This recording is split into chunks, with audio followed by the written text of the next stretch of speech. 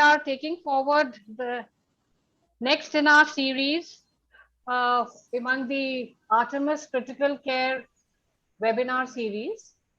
And today our subject is on mechanical ventilation in COVID-19 patients, what we may have learned so far. I'm extremely proud to welcome Dr. Professor Sheila Maitra, who is at Tata Memorial Hospital in Mumbai as Professor Anesthesiology, Critical Care and Pain Medicine. We are all aware that she is the present president-elect for the Indian Society of Critical Care Medicine. She is also the chairman, Intensive and Critical Care Medicine, WFSA, president, All India Difficult Airway Association. And I think we know her well enough by her name to know that she has held various important positions. She also invented the tidal volume challenge test and is a co-principal investigator of the Intubate study. She has more than 100 publications and 40 book chapters to her credit and is on the editorial board for Intensive Care Medicine, Journal of Critical Care Anesthesia. So I'm extremely proud to have her today to chair and moderate this session. Dr. Sheila, over to you, please. Yeah, thank you so much, Dr. Reshma Tiwari, for that very kind introduction. At the outset, I'd like to thank the Artemis Hospital, Dr. Basu, Dr. Das, and of course, Dr. Tiwari for giving me this opportunity to chair this CME. So I'm very grateful for that and really honored to be here. And my second, pleasure is that I'm going to be chairing a session where we have, three leaders in the field of intensive care, all three budding intensivists, and I'm really, really proud to be chairing a session in which they are speaking. So welcome all of you. And as you are aware, I mean, COVID has resulted in a lot of unprecedented challenges in our healthcare system, especially in the intensive care unit. And we are preparing for the third wave. So what better topic could we have than something on COVID and, how we can improve our preparedness for this. So I'll start with this first speaker. And the first speaker actually needs no introduction. Dr. Tapas Kumar Sahu, he's from Ranchi. And you all know him. He's, a rising star, or I would say a risen star, one of the most dynamic young intensivists that we have, who's very closely associated with Indian Society of Critical Care Medicine. He's on the executive committee. He's also done his fellowship in critical care from Canada. He's currently working as the head of critical care at the Medanta Hospital. He has his own textbook of critical care as well. Critical Care Pearls. Am I right with saying that? Yeah, the book. Yeah. So that's a very popular book. And he's very engaged in a lot of activities related to critical care and has several publications to his credit. So he's going to start talking about the pathophysiology of COVID pneumonia and what are the implications of this. So over to you. I won't take any time introducing him further, but I think this is a very nice topic going to set the stage for the other two speakers. So over to you, Dr. Sahu. We're looking forward to listening to your presentation. Good evening, ma'am, for the kind introduction. And at the outset, again, I thank Artemis Hospital, Dr. Reshma Tiwari, ma'am, Dr. Saurabh Das for the kind invitation. And the occasion is very important because we have the authority in critical care, I will say, and the COVID-19, there are so many things which have been written by Dr. Sheila, ma'am. So definitely this session is going to be very eventful and we will learn many things from her also. And the topic which I received from Dr. Saurabh is pathophysiology of COVID-19 pneumonia and its implication on respiratory support. So to start with, we will try to talk on the evidence-based way, and also it will be more of analytical. And there won't be any major repetitions what we are learning for last 1.5 years. So believe me, we have attended so many webinars in last 1.5 years. We have already witnessed the first wave, the second wave, and we are still ready, maybe not fully ready to address, to witness, to treat all the patients in the third wave. Maybe the pathophysiology, the evidence is every day changing. So to start with, when I received the topic from Dr. Saurabh, over telephone that I am going to talk about pathophysiology of COVID-19 pneumonia, I was almost in cloud nine. I thought it will be a cakewalk for me and I will be finishing the topic very nicely. But when I thought about the topic itself, it would be like I thought, okay, now it is not going to be so easy. And when I saw the moderator, ma'am, as well as the other speakers also, that made my task a little bit difficult. When we talk or when we think about the topic which I have received, two things come to our mind. The first one is the pathophysiology similar to the traditional pneumonia or ARDS, what we are treating for last maybe whatever we have doing in last maybe 10 years, 15 years, 20 years, 30 years in the critical care. So if it is yes, then maybe the next 20 minutes will be repetitive of what we are discussing over last many years. So I don't want that, and we also don't want that. So if not, then the real question arises here. We need to discuss about the pathophysiology of COVID-19 pneumonia and the implications and the respiratory support, what we have already got to know from the title itself. Though the clear verdict and conclusion related to this topic is not yet there, and evidence is still refining every day. And ma'am is the authority also, she also has the same opinion, I believe. So let's start with the first major article related to the COVID-19 pneumonia, that is the Surviving Sepsis Campaign Guideline, where ma'am is also part of that team or the authors. And you can see the recommendations. I don't want to discuss all the recommendations, but moreover, the final conclusion what I could derive from these recommendations was mechanically ventilated patients with COVID-19 should be managed similar to other patients with acute respiratory failure in ICU. That I don't want to discuss, that it would be similar to what we have done for last maybe 10 years, 15 years. Then came few articles. I want to just highlight and put the topic titles. Acute respiratory failure in COVID-19. Is it typical ARDS? The first one, which is very interesting and intriguing. The second one, which changed or revolutionized the approach to the COVID-19 pneumonia management somehow. Everybody will agree with me. The COVID-19 pneumonia, the different respiratory treatments for different phenotypes by the famous Luciano Gattinoni. And the last one, which I liked the most, was the COVID-19 conundrum, clinical phenotypic based on the pathophysiology as a promising approach to guide the therapy in a novel illness, that is published in European Respiratory Journal in 2020. But this picture, get paid for your word. And that was the title for the COVID-19 pneumonia, different respiratory treatments for different phenotypes by Gattinoni et al. And after that, this is again another study, multi-center prospective observational study published towards the end of 2020 in Lancet.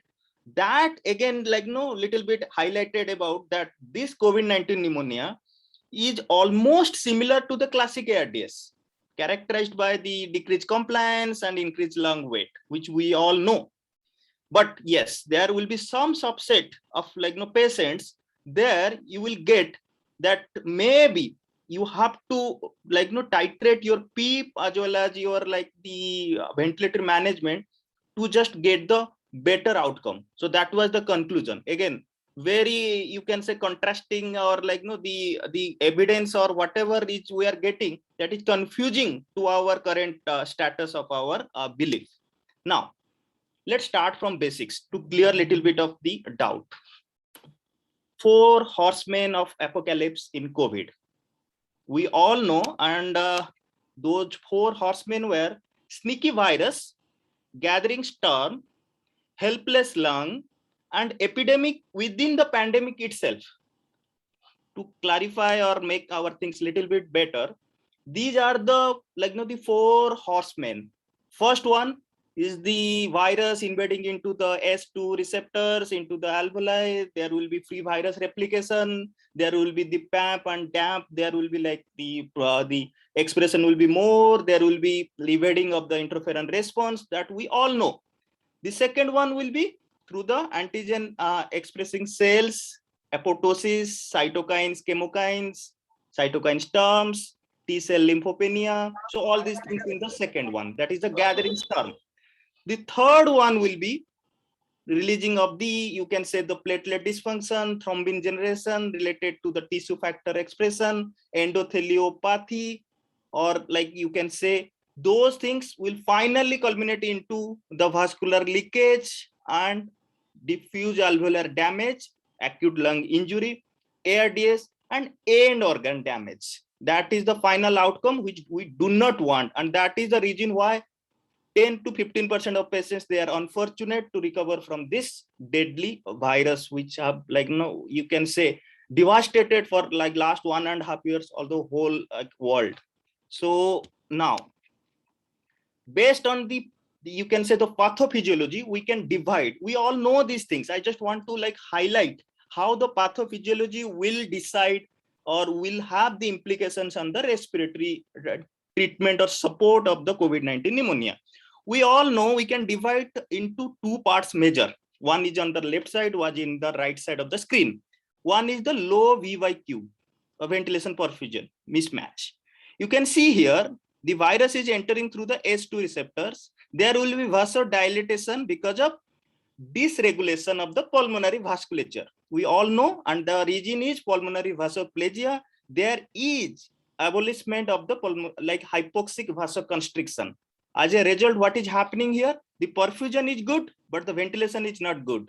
And that's the reason why the patient will suffer from severe hypoxemia. We get these patients in the emergency department, in the ICU. The patient, to alleviate the hypoxemia, there will be increase in the work of breathing, and that will lead to significant, you can say, changes in the intrathoracic pressure. There will be like increase in the transpulmonary pressure, and simultaneously the other problem is because of the neurotropism of the virus, there will be increase in the respiratory drive of the patient, and that will lead to, if it is not alleviated or we are not going to treat it in the proper way, maybe that will lead to patient self-inflicted lung injury, PCL, and there will be continuous inflammation, alveolar injury, leading to more of cytokine release, and there will be more of, you can say, the consolidation, collapse, atelectasis, exudates, accumulation inside the alveoli and in the, you can say, the alveolar space, leading to very low VYQ. So in one extreme on the left side, it is low VYQ. In the other extreme, you are getting a very low VYQ like situation. In the midway, you are getting also, like you can say here, sorry, the high VYQ situation here, where we are getting micro and macro thrombosis is creating the problem. And that is, along with this shunt problem, there is another problem, which is the dead space disease, because there is no perfusion, but ventilation is still intact. So there is actually dead space disease, which is again creating problem for us. So there are three possibilities or situation here. We all know and understand: low VYQ, very low VYQ, and high VYQ. Based on that, we move to the next slide, where we are getting the X-ray of the patients. And the first one is more or less, you can say, the ground glass opacities, which we get in our patient when the patient is immediately like entering into the emergency department or in the initial period. Focal opacities, peripheral distribution, not much in the X-ray to comment upon, but the patient, if continues to be hypoxemic, there will be simultaneously, it is good relating into the severe form, that is very low VYQ on the right side of the screen, bilateral pulmonary infiltrates, very bad X-ray, consolidation, atelectasis. Now the patient is not improving. But in the middle one, if it is the dead space disease, which is the the major culprit, then maybe we'll not get very specific chest X-ray finding. But yes, we need to understand the concept of these three findings and the chest X-ray, how it looks like. Now, if the patient is subjected to the CT scan, Now we are getting in the first one, low VYQ, ground glass opacities. And if you were finding the shunt fraction and the gasless fraction, where in the initial stage, there is not much of consolidation or pulmonary edema. So definitely the gasless fraction will be, you can say, less. So we are getting the ratio to be more than 1, which is, you can say, good. But when the patient is deteriorating, the work of breathing is increasing and entering into the right side where it is very low VYQ, we are getting bilateral frank pulmonary infiltrates. The CT scan is really bad looking. The consolidation atelectasis is definitely set in. The CT severity score is very high, and we are getting the shunt fraction and gasless fraction ratio to be less compared to the left side of the screen. But in the middle, it is related to the microthrombosis and macrothrombosis effect. Definitely, if the patient lands in this category, then we will get in the CT scan filling defects. That is the high VYQ, which is the problem for which we can start the anticoagulation in the first instance. So those where we'll discuss the lab findings, how we are going to address the middle one problem. So now, if we are getting the low VYQ, so we all know that is named as phenotype L. We have to divide the two phenotypes. On the right side, it is phenotype H. In the left side of the screen, it is phenotype L. So L for low, that is low elastance. So definitely the opposite will be high compliance. Low VYQ, and definitely the consolidation has not set in here. So we are getting the lung weight to be low because it is the edema part is not still there. So the lung weight will be low. If the consolidation has not set in, so definitely the recruitability, the PEEP is not required in that sense what we are doing for the normal classical ARDS patients. If the patient continues to be hypoxemic and the work of breathing is high, now the patient is landing up in phenotype H, where we are getting high elastance, high right to left shunt, because the shunt is right now more, high lung weight, and definitely higher recruitability and high PEEP in these patients. And these are the patients where we have to treat the patient like the classical ARDS, what we are treating for many years.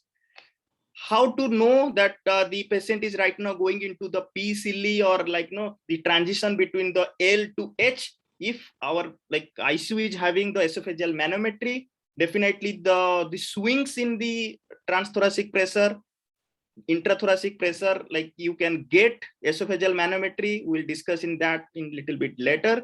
Swings in the central venous pressure, if our patient is having central venous line, definitely we can get this.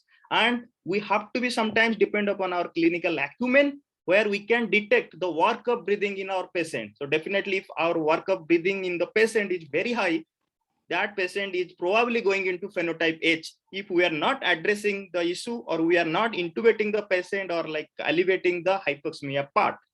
If the patient is intubated, we can do from our ventilator P.1, that is 100 millisecond, what is the intrathoracic pressure, the negative intrathoracic pressure.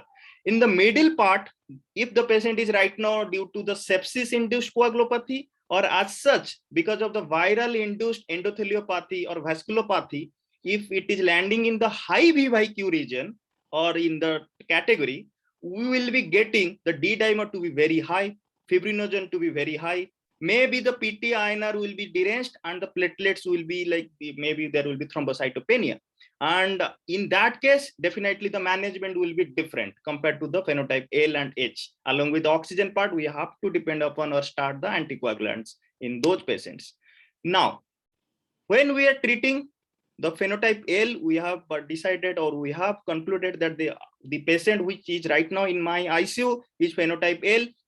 The pulmonary vasodilatation is the problem. So definitely the treatment will more or less target towards pulmonary vasoconstrictors.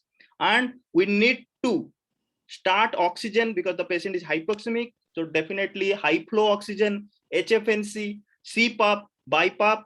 I am not going into detail of the management part because those parts will be discussed in the later discussions. So the tidal volume, as it is, you can say the compliance is good. So we can go ahead with the tidal volume 8 ml per kilogram, PEEP of 8 to 10, little bit those patients will not be PEEP responsive. So 8 to 10 will be okay. We can go ahead with trial of proning, but definitely those patients may not be so much responsive to the proning like the right hand side phenotype H patients.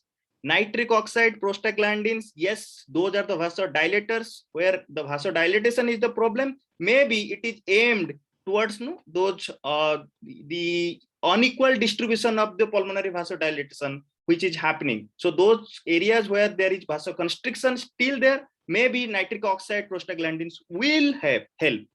Now, on the right side, the very low V by Q, those patients will be treated like classical ARDS. So we have to go ahead with the low tidal volume therapy, the low lung tidal volume ventilation, what we are doing. PEEP, we can go ahead up to 14 to 16 or like more than that. We can go ahead with all the advanced modes of ventilation, APRV mode, recruitment. Those patients will be recruitment responsive. Proning will be a good idea in those patients. Early we can like prone the patients and maybe we'll get better oxygenation. Fluid therapy has to be conservative like the classical ARDS what we are doing. And in the middle one, if it is high V by Q, definitely anticoagulation has a strong role. And maybe from the phenotype L to H, we need to like restrict, maybe we can stop the transition from the phenotype L to H by intubating at the correct time, early time, rather than waiting. Go for like proper sedation and paralysis for the 48 hours or so as per normal classical ARDS guideline. Now, coming to the pathophysiology of happy hypoxemia in COVID-19, if we will discuss about other therapies also. So this picture summarizes everything. Symptom onset is here. Now there is a period where there is loss of lung perfusion regulation because of the shunting due to edema and atelectasis, intravascular microthrombi, where you can start with antivirals, improve the immunity level of the patient in the initial stage when the patient is having the symptoms. Now, in the middle stage, maybe we can easily go ahead with the anti-inflammatory medications like steroids, awake prone ventilation, anticoagulation. Now, if the patient is not having improvement and the patient is right now entering into the phenotype H category, definitely lung protective ventilation, prone ventilation, and in refractory cases, maybe ECMO will be the answer. So we know the reason why we will like change our therapy as per the pathophysiology. Now, I want to just show some pictures these are the X-rays where we are getting the right hand side and left hand side. We can easily say that this the right hand side patient is definitely bad. But yes, both the patients are having same P by F ratio, but the pathology is different. So we can get this type of picture in our patients also. Sometimes there will be dissociation between the relatively well preserved lung mechanics and severity of hypoxemia. On the left side, you can see here the compliance is better, but the right to left shunt fraction is definitely not good. That means though the compliance is good, but the shunt fraction is still inside that, and we need to treat in that direction. Now, here I want to highlight and address to the young intensivist that we need to stop the transition from one phenotype to the other phenotype. Why it happens? Because of the impaired gas exchange and lung elastance problem is there. Now there is increased respiratory drive continuously inside the patient's body. There will be PCL because of increase in the esophageal swings and the transthoracic pressure, leading to the capillary leak and the lung edema. They are all entering under right now there is a vicious cycle happening that is leading to the phenotype changes to the H category. Now, this is one example I have given the picture where you can see in 7 days, if you are not halting the transition from phenotype L to H, we are entering into a very difficult situation in 7 days. First CT scan picture, you can see well aerated compartments are there. Lung weight is 1 kilogram. 7.8% was just not aerated, and gas volume was pretty good, more than 4 liters. But within 7 days, you can see in the picture, though the P by F ratio is not very much decreased, but the well aerated compartments are definitely less. The lung weight has increased because of the consolidation and pulmonary edema, and definitely the non-aerated portion right now here 54% compared to the 7.8% here. And gas volume is almost, you can say, decreased to around 1 liter from 4 liters. So how you will manage the two different phenotypes if you are getting? So I can divide into, first we have to calculate the shunt fraction. We have to assess whether there is risk of PCL. We have to screen the phenotype, what is happening in the strain pattern. Then we have to identify the phenotypes, and then we have to escalate our treatment. First one, to calculate the shunt fraction. First, expose the patient to high oxygen, you can say almost 50 liter per minute. If the SpO2 is improved, definitely it is mild shunt is there.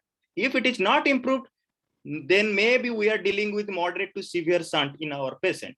That is the first oxygen challenge to reverse the hypoxemia in our patient. First one, first step.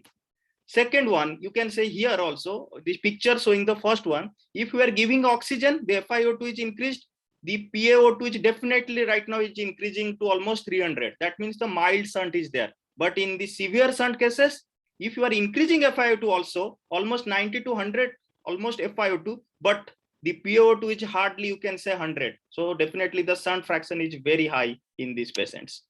And on that basis, we can subject our patient to HFNC, CPAP, NIV, or we have to decide whether we have to go towards intubation. So that is the clinical decision. Again, I am not going into detail of the management part. Then the second part we need to do at the bedside to determine the work of breathing. If our patient is having FiO2 more than 40%, we have to understand what is the work of breathing right now happening inside the patient's body.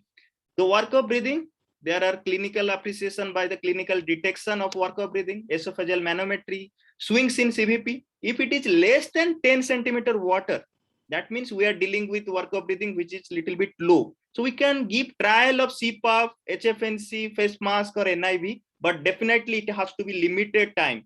And we have to decide before the patient going into refractory, you can say hypoxemia, or like we do not want the patient to go into PCL.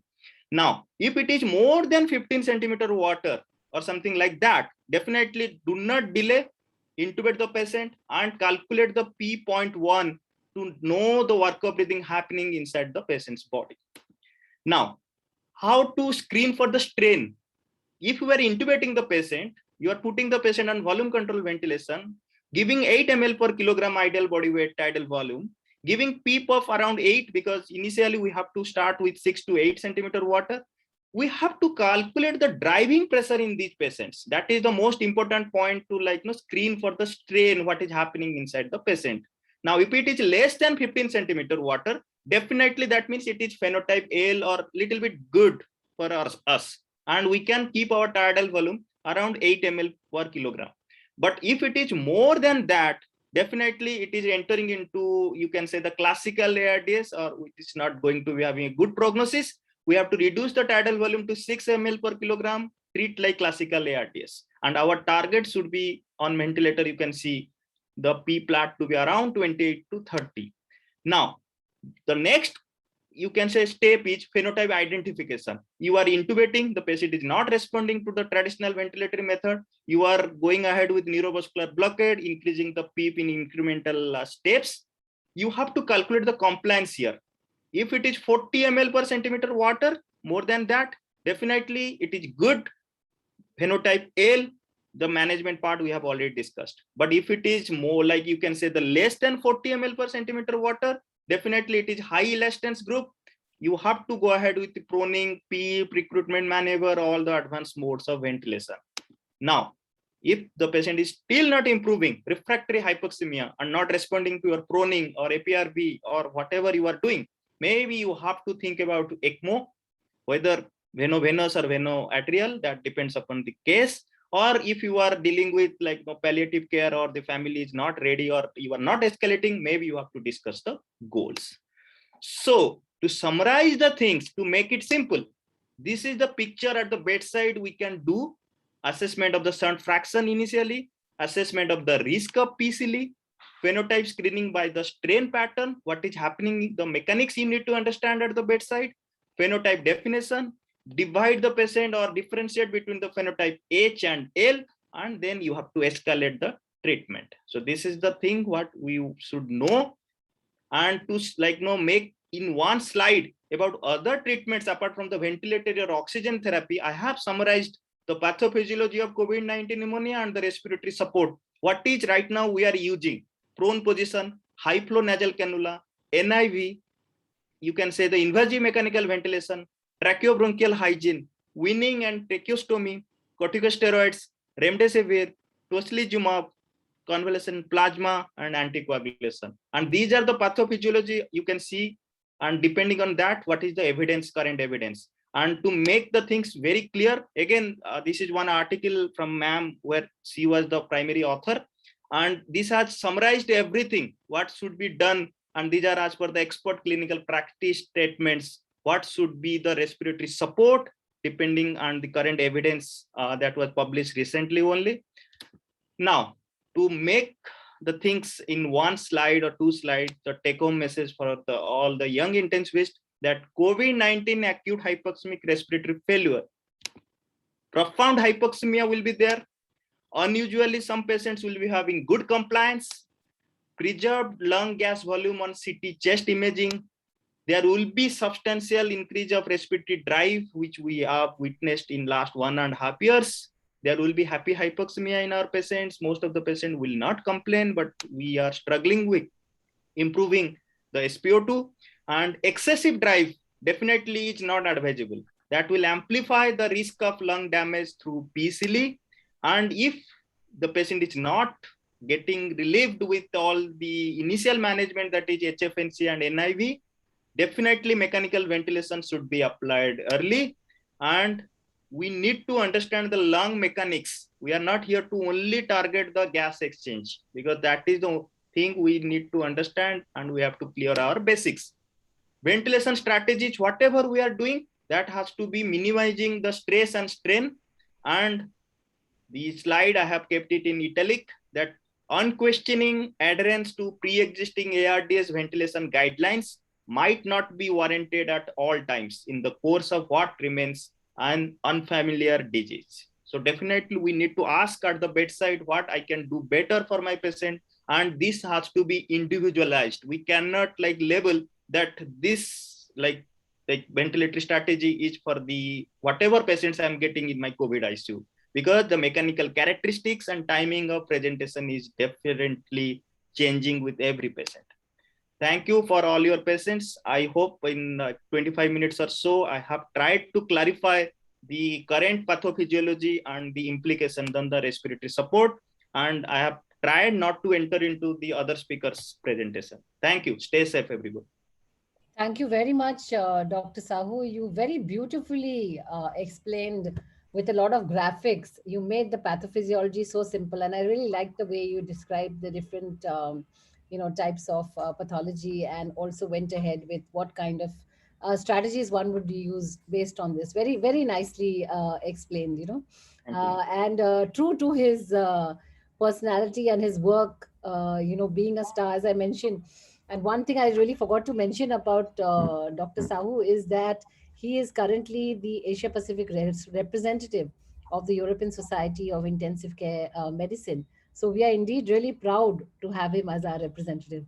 So once again, congratulations for that. Thank you. Very beautifully explained. And I think you've very nicely set the stage by making the pathophysiology very simple, because, going into ventilation without understanding the pathophysiology, is challenging. So you've given us a very clear understanding, and I'm sure there's lots of questions, but I think we will just take all the three speakers. Please keep putting your questions in the Q&A on the chat, and I'll take them towards the end. So do stay with us, Dr. Sahu. I'm sure there'll be lots of questions for you.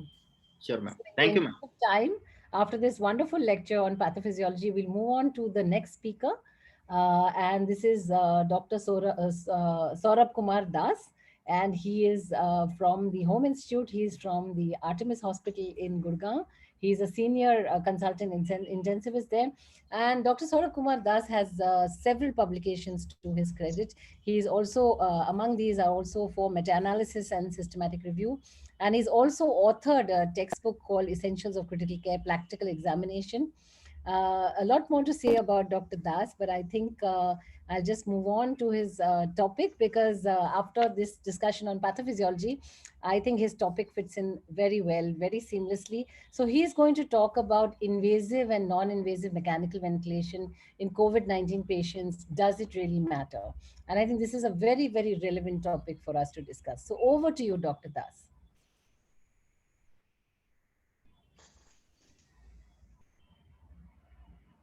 Thank you, ma'am. Please keep putting your questions in the chat while we're waiting for Dr. Saurabh to start. Yes. Thank you, ma'am, for your kind introduction. My topic is mechanical ventilation of patient with COVID-19 and whether we should use invasive or non-invasive, which one is better. Right from the beginning of COVID-19 the epidemic, intensivists are divided in their opinion how to ventilate a patient. Sorry to interrupt you, Dr. Das. Can you go on slideshow, please? Okay.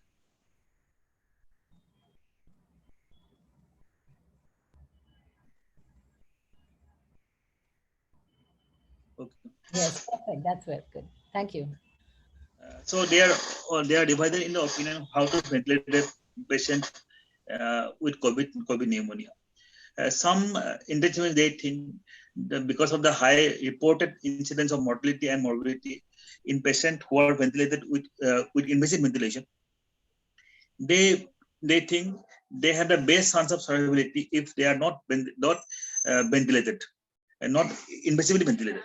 And while other expert, they think that we should ventilate this patient in the early course of disease. This COVID pneumonia patient, they don't have any problem in their airways. We don't need to secure their airway. But if we intubate the patient, we can give neuromuscular blocker and we can abolish the spontaneous respiration.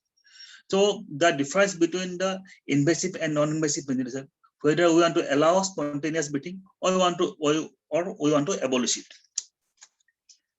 Now the debate is between the self-induced lung injury and ventilator-induced lung injury. Spontaneous respiration is most physiological. They have many benefits. Due to the active diaphragmatic contraction, there is reduced risk of diaphragmatic atrophy. There is improved ventilation and perfusion matching. There is improvement of dorsal ventilation. Gastric sense is better. We don't need to use lots of sedation, and so we can get rid of their side effect. There is, due to the negative interthoracic pressure, there is increase in venous return, and so the hemodynamic improvement.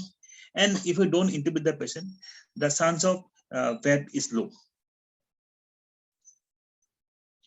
Here we can see there are two images. The left one is volume control ventilation in a paralyzed patient, and the right one is a spontaneous breathing. We can see here in the volume control, only the ventral part is ventilated, but dorsal part is even collapsed. But in spontaneous breathing, both the dorsal, actually the dorsal part is ventilated better. The benefit of spontaneous respiration in normal lung, it is well established, but we don't see the similar benefits when the lung is diseased or lung is injured. When there is we apply some pressure in the lung, maybe it's positive or negative, the pressure distribution is uniform throughout the lung. This is called fluid-like behavior of the lung. But when the lung is injured, the distribution of pressure is not uniform. Some pressure are distended more than the others, and this is called solid-like behavior. The lung is distended by transpulmonary pressure. Transpulmonary pressure is we calculate as from the airway pressure and the pleural pressure. We monitor the airway pressure and we try to keep it below 30, keep it below 30. But we don't measure very frequently the pleural pressure. So we don't exactly monitor the effect of its high or low pleural pressure. Here, the left side, the patient is paralyzed. So the transpleural pressure is 30 minus 10 is 20, and the tidal volume is 350. Here in the right side, when patient started breathing, and if the respirator, if the breathing effort is strong, then it can generate up to 20 or 30 pleural pressure, and which is negative. So if we calculate the transpulmonary pressure, it will be 30 minus 20, that is 50. And so that will generate very high amount of dilated volume, which is high enough to injure already injured lung.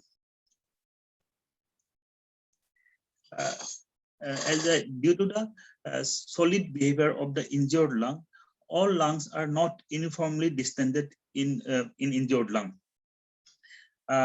When patients start breathing, the dorsal part is distended, and all the inspired gas, it goes to the dorsal part of the lung.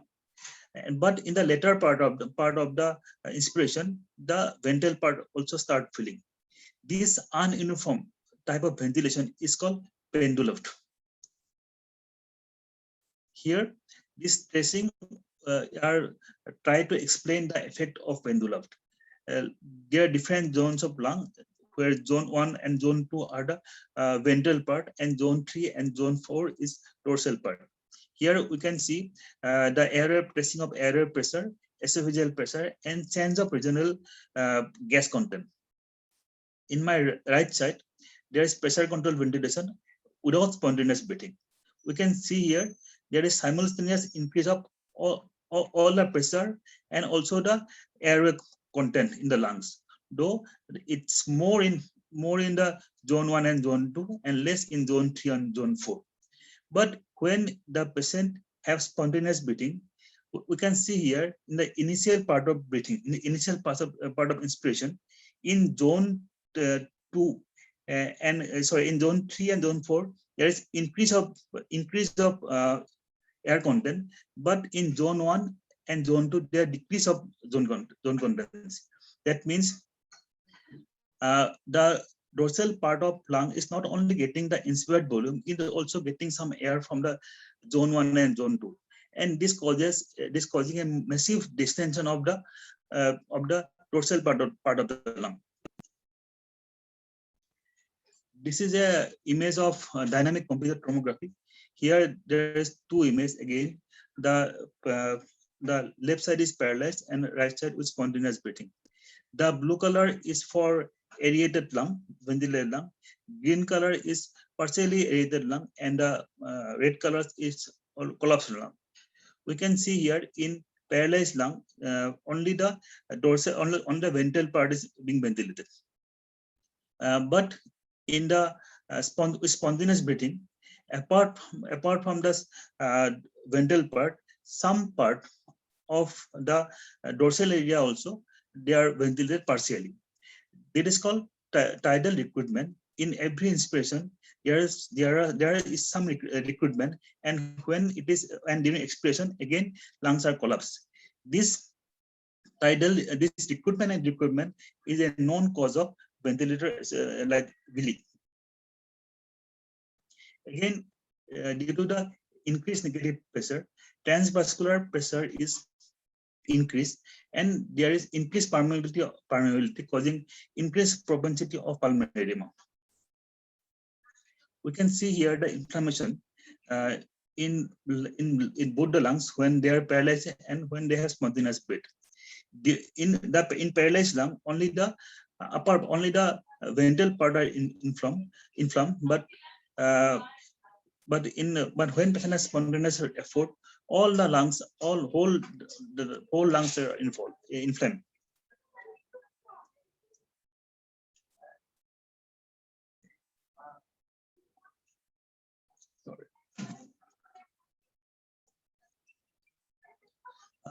We calculate driving pressure as a P plate minus P, and we use as a prognostication also to adjust P.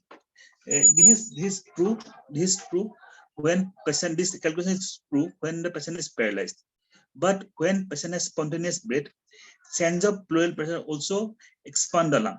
Then we have to add change of pleural pressure to calculate driving pressure. If we don't consider the change of pleural pressure and only look at the driving pressure, that is P plate minus P, will have a falsely low driving pressure. We know the spontaneous beating can cause various asynchrony. Among them, double triggering and reverse triggering are known to cause volume trauma by increasing tidal volume. So, because of this deleterious effect of spontaneous breathing in ARDS patient or injured lung, many intensivists led by Professor Gattanoni, they recommend early invasive ventilation in patient with COVID pneumonia to prevent PCL and also to prevent conversion of L type to H type. They recommend even if the patient are on H7C or NIV, they should be monitored closely for swing of pleural pressure or increase of work of breathing, and patients should be intubated if at any point these above parameters are deteriorated.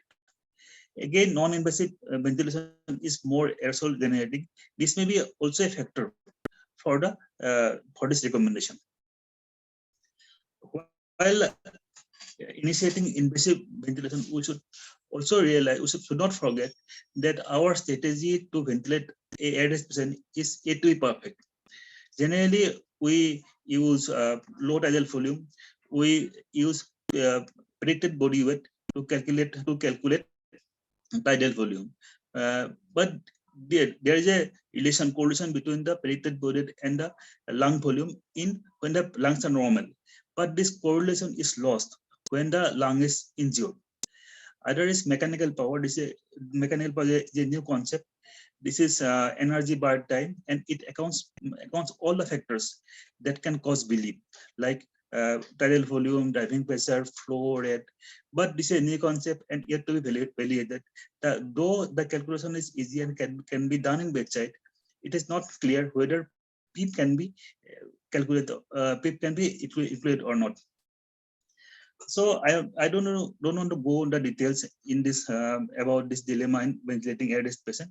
Just to say that our strategy should not be fixed and it should be patient specific.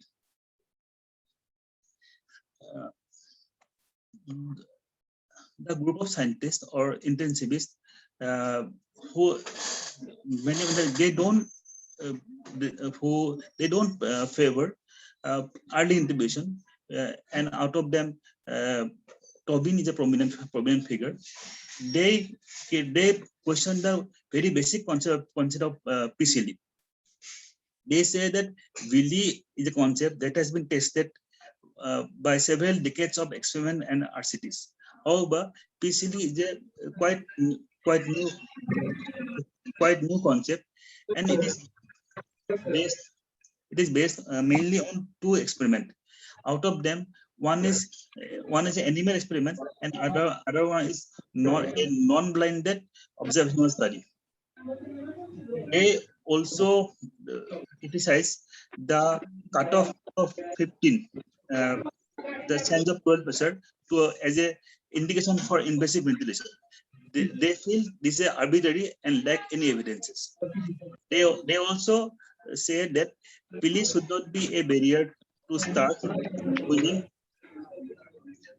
winning and spontaneous trial and giving patients spontaneous breathing trial. Again, they say that respiratory rate of 25 to 35 should not be a knee-jerk reaction for justification of intubation.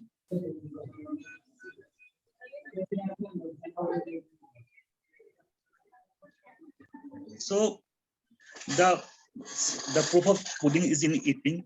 So our hypothesis, our assumption need good quality clinical evidences.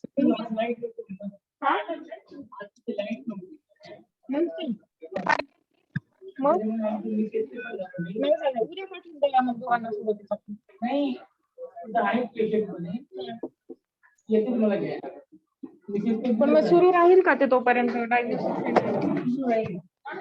Hello.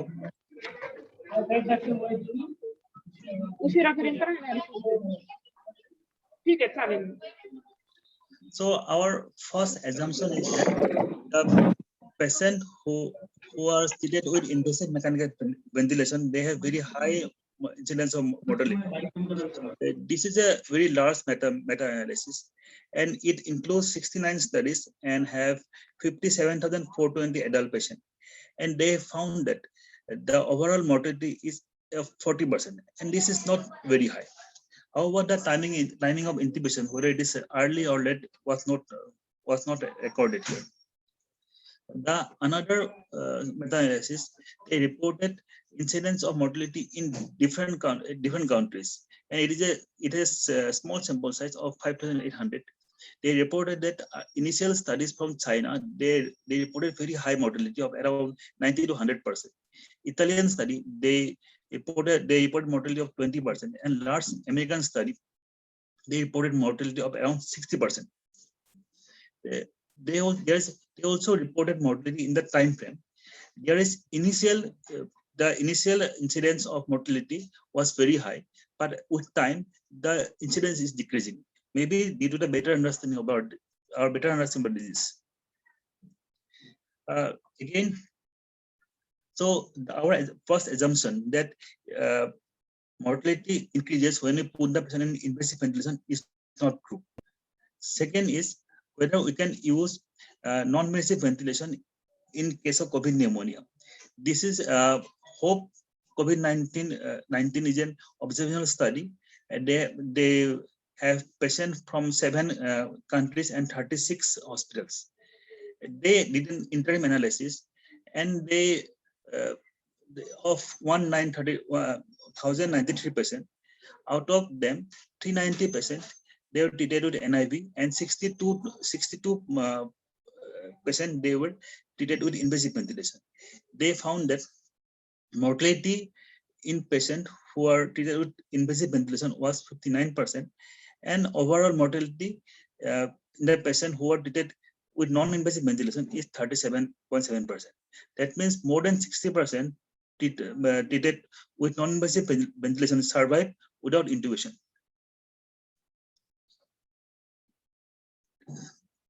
This is another study. The last question is whether we should intubate the patient early or late, whether the timing has any effect on the mortality of the patient. This is a study, and this study was done in 245 patients, and 117 patients were intubated within 2 days of ICU admission. They found that 60 days mortality was higher in patients who were intubated early. That is 42.7%. Also, the other morbidity like ICU or pneumonia, bacteremia, ICU length of stay was also significantly high in the early group.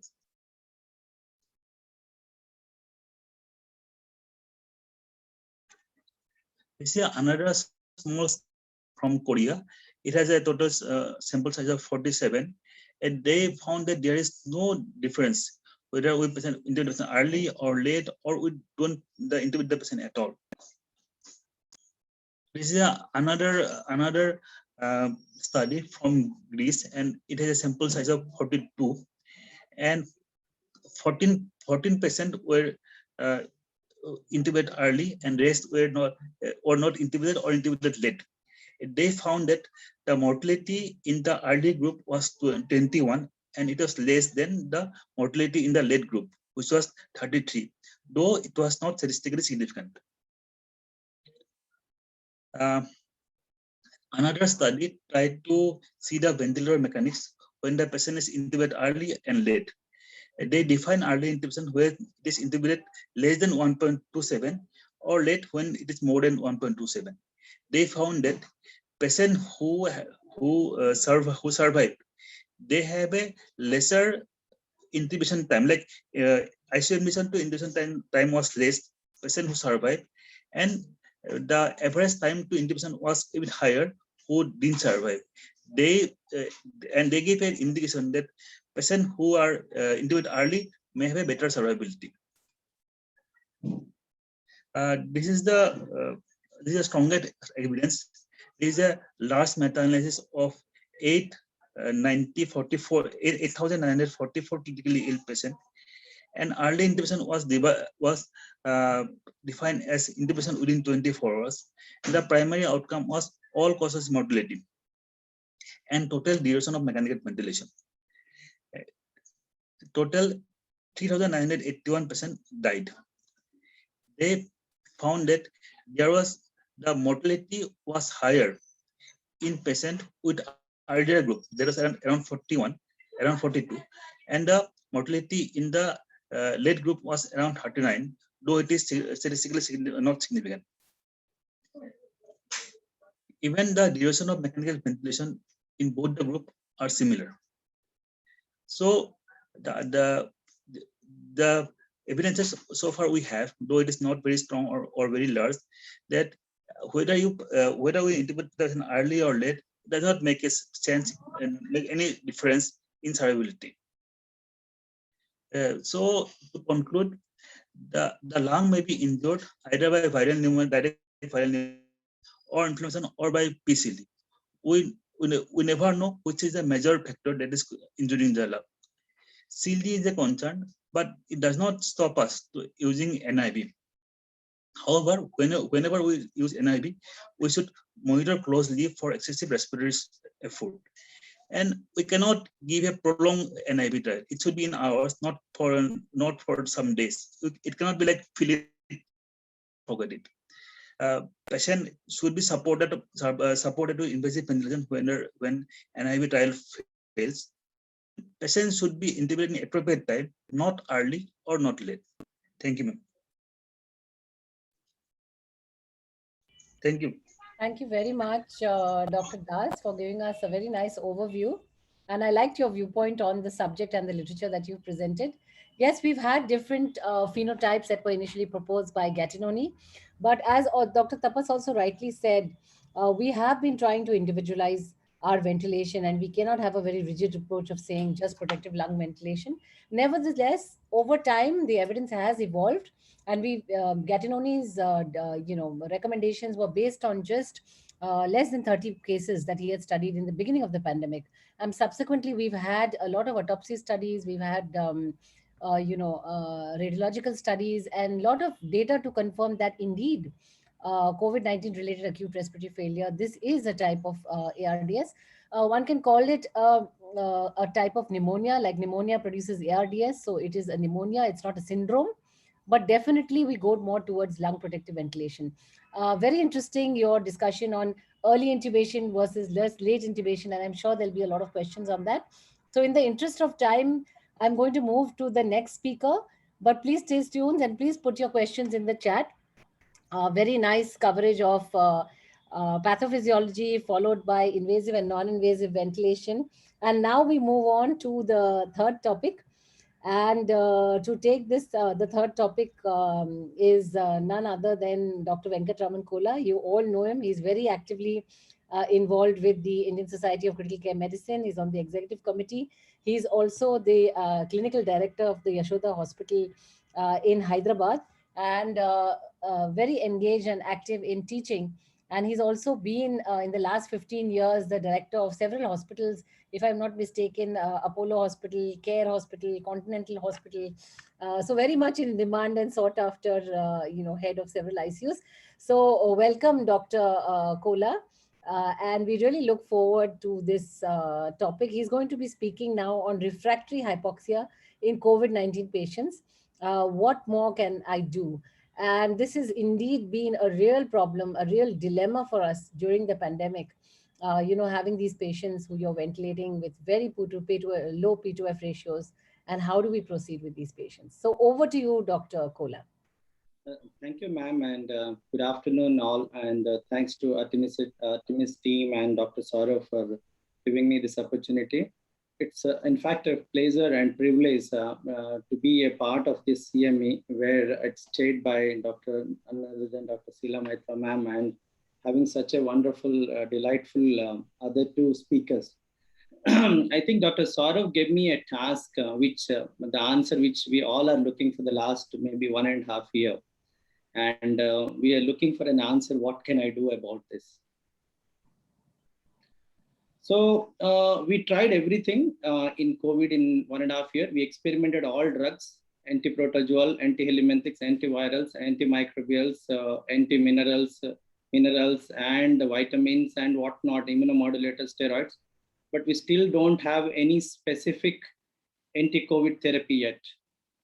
So we are searching for some anti-COVID therapy in 1.5 years. We still don't zeroed in 1 year. ARDS and refractory hypoxemia being the leading problem, even though the COVID attacked multi-systems, but the ARDS and refractory hypoxemia being the leading problem for all of us to solve. And unfortunately, we left with a high quality respiratory support and preferably invasive ventilation with organ support as the mainstay, as we do not have any anti-COVID therapy yet. And as we already saw in the last 2 lectures, the weaning challenges and high fatality rate related to this invasive ventilation being a challenge for us. So we heard a little bit of all of this, which was a little away from our regular conventional ARDS. We spoke about thromboinflammation. Tapas spoke about microthrombosis and macrothrombosis. We spoke about endotheliopathy, endotheliosis, immune inflammation, VQ mismatch because of vasoparesis or loss of hypoxic vasoconstrictive phenomenon and all that. I'll not go into details of that. These are the new words which we have been hearing about from 1.5 years. Yes, in the early part, we got this information from none other than Gattinoni talking about different phenotypes from L to H, from a low elastin, high compliance lung, which is very easy to ventilate, but similar hypoxemic patient to a very wet lung with high elastance and low compliance and difficult to ventilate lung. So we will not go into this all details till now, whatever we discussed. We are here in this last part to talk about once we've done all these basics, then also if I have a patient, which I will take you through, is not maintaining my oxygenation, what do I do? So let me go through a case of 45 years male who presented to us with fever, cough, expectoration, difficulty in breathing, tachypneic, tachycardic, borderline pressures, febrile, and having a coarse crepes all around. And he has a report of RT-PCR being positive, saturating 70% when he presented to us with ER. ABG looked acidomic with oxygen PaO2 remaining around 45. So this is his X-ray. So as a routine protocol in emergency, immediately a NIV is initiated till other invasive ventilation protocols are in place. Antivirals, anticoagulant steroids, and standard supportive care are on. But this patient, as expected, is no improvement, invasive mechanical ventilation initiated. We all spoke about all these parts. We said we maintain a good oxygenation, good gas exchange, maintain a pH to normal, saturating around 90 and above, maintain a carbon dioxide somewhere between 45 to 55, accepting that permissive hypercapnia, and avoid excessive dynamic lung stress and strain. That's what we actually emphasized in the last half an hour or so. So use a low tidal volume, which is based on your predicted body weight, not the actual one, and limit your plateaus and driving pressure. Plateaus may be somewhere 28 to 30, driving pressure somewhere at 15. And these all been done, and minimize atelectasis if the lung has atelectatic and the dorsal portions are not opened up. Titrate your PEEP, open up those lungs, and probably maintain a good synchrony between patient and ventilator so that you don't land up in dyssynchrony.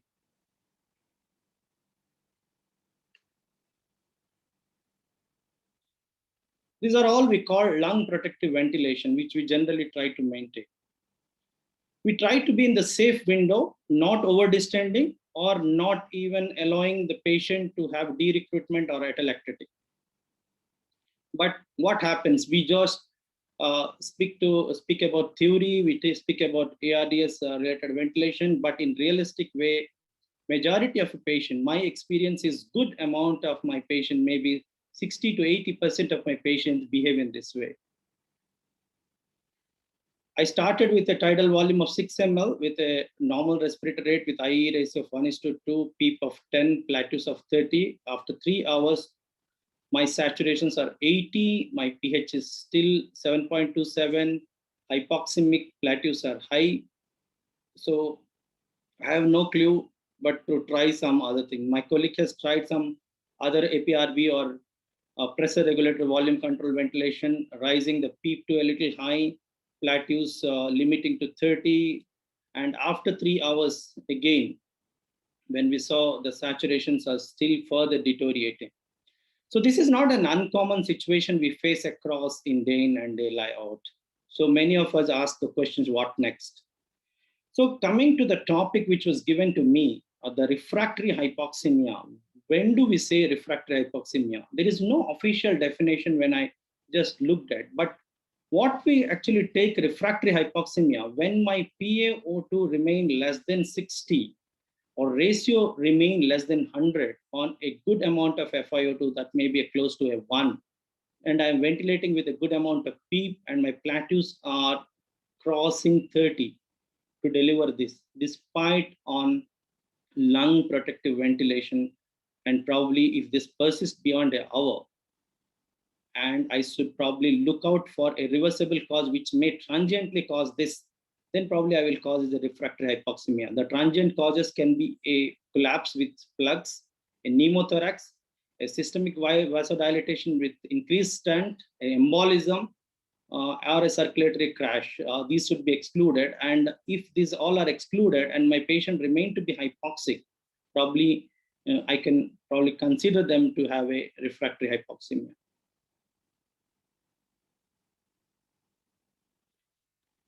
There are many tables like this theoretically from 2012 onwards. So we've been following this Berlin related track. Let us see whether this all help from a lung protective ventilation. If my patient remain to be hypoxic, not getting help, desaturating, hypercapnic, what I can do, whether my high PEEP strategy, a neuromuscular blockade, a prone ventilation, a recruitment maneuver, or any high frequency, any nitric oxide, or extracorporeal, what will help in my COVID patient. We have different trials over the last 2 decades. And if you can see the different recruitment maneuvers or PEEPs, which has been used between 8 to even 20, up to 20. And these are the different tables which we see: lower PEEP, higher PEEP after protocol change, where you can see even with a FiO2 of 0.4 or 0.5 or 0.8, we are changing the PEEP of from somewhere 8 to 16 to 20 to 24. So these are the PEEP tables with a high and low PEEP tables, which indicates somewhere between 18, 20, and 24. And those patients which we are talking about having a low compliance, high elastance, and in a variant which are been later presented to us, a refractory hypoxemic, and probably these patients may get some benefit with these kind of higher PEEP variants. So this can be one area which we are looking at. So coming to a first step, can these patients get any benefit by up titrating my PEEP, optimizing my PEEP, and getting a higher PEEP, which we have some information that higher PEEP may have some way to or role to play. Coming to the recruitment, that is again a tricky situation which we have gone through for the last 2 decades. Many trials showing no mortality benefit, which may be transiently improving our oxygenation, but at the end it remained the same. So the recruiter, whether my patient has any recruitable lung or the patient has no recruitable lung, or whether my further recruitment will cause hyperinflation or harm to the patient, or it will open up a atelectatic and collapsed lung, is the question which we always go through. That's where we are talking about different phenotypes, different patients, different individuals. This is $1 million question, which many of the times with the different ways we couldn't answer in many of our patients, whether my patient has a recruitability or not. And if we can answer this question, the recruitment will be a way forward. And this can be answered in different way. We will speak about that in a later part. So we have uncertainty in related to the recruitment. Some of those trials has shown improvement oxygenation, but it has its own other side, having barotrauma, asynchony, and different injuries related to that. So we have RCTs, which has some positive results, and there are concept of open lung.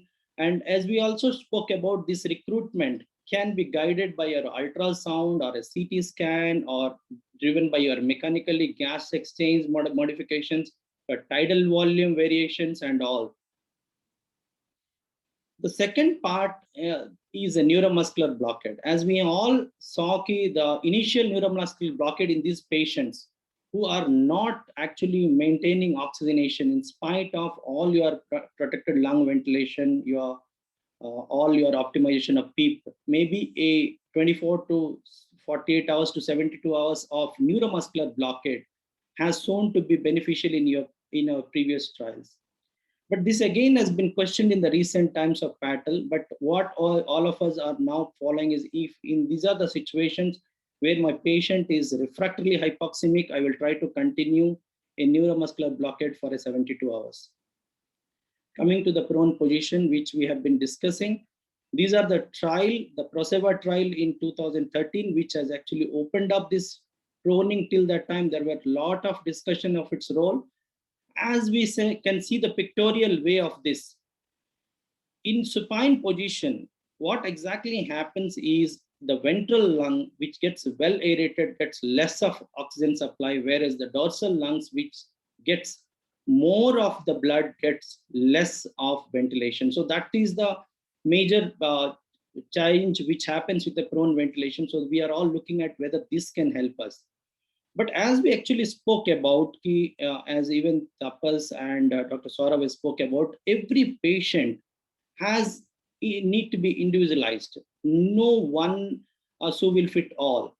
So we need to look at the many clinical situations. What is the timing of this patient's presentation, which phenotype it belongs, which part of the lung gets involved, and which kind of maneuver this patient may get benefited. So we look at all that and come to some conclusions. As we actually saw some of these phenotypes, I had a personal experience. I will say just not proning, but we have seen when one lung is predominantly affected. Suppose my right lung, or my patient's right lung is predominantly affected, and I will make this patient's right up in a lateral position and left low. The healthy lungs gets maximum blood, and I see a rapid surge of saturation from 70 to 90.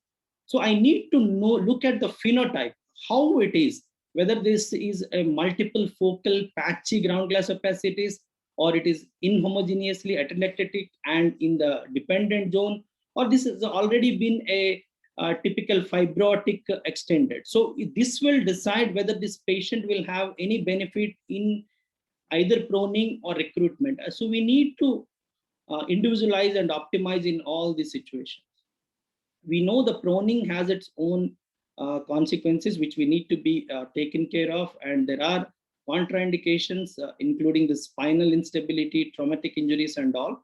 But the pregnancy has been a part of this absolute contraindication. For our experience, we attempted 3 or 4 cases of pregnancy where we have to be prone because of refractory hypoxemia, and we have no other options, and we didn't have ECMOs at that time. So we could actually prone them. So I still feel this can have its own relative contraindication. So we know there can be pressure ulcers, there can be unplanned extubation, there can be retinal compression, nerve compression, which all this need to be taken care in this.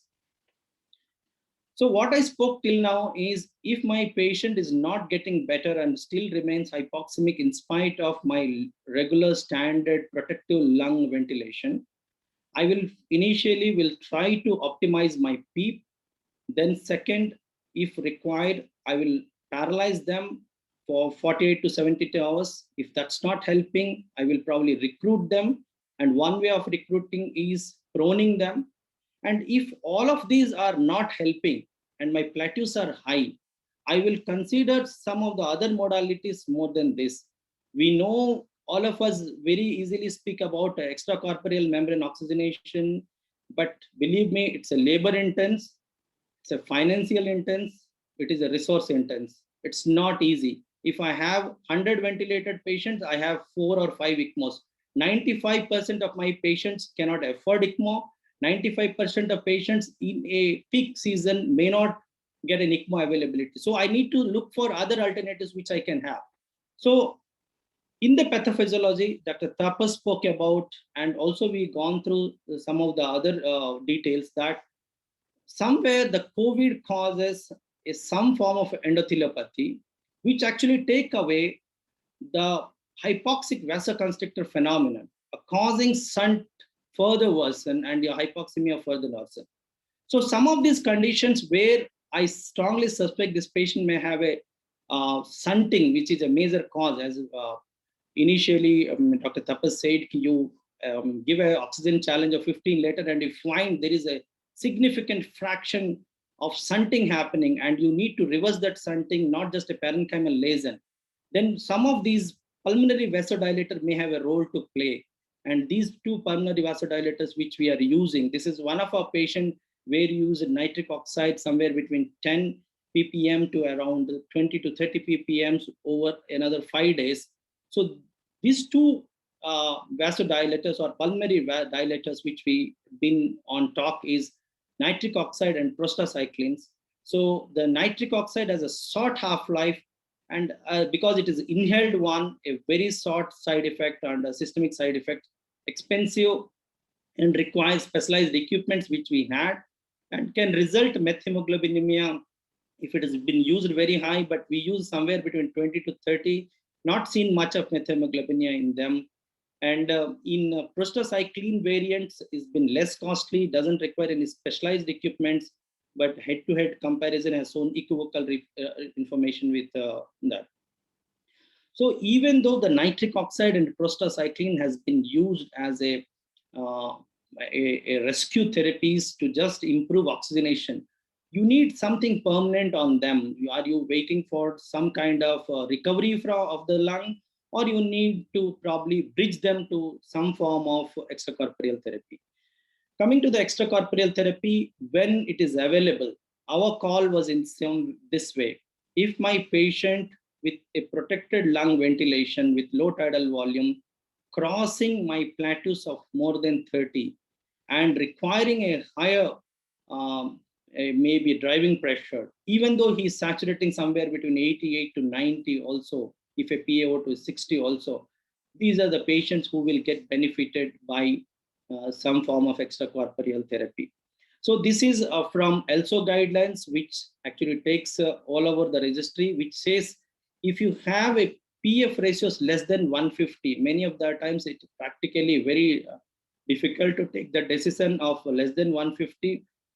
They say you need to strongly go for proning, and you again go for neuromuscular blockade, high PEEP strategy if possible, inhaled vasodilators, pulmonary vasodilators, and recruitment maneuvers. If all of them are done, but if your PF ratios remain to be less than 80 for more than 6 hours or less than 50 for more than 3 hours, and either of hypoxia or your pH drops below 7.25, and your CO2 is crossing 60.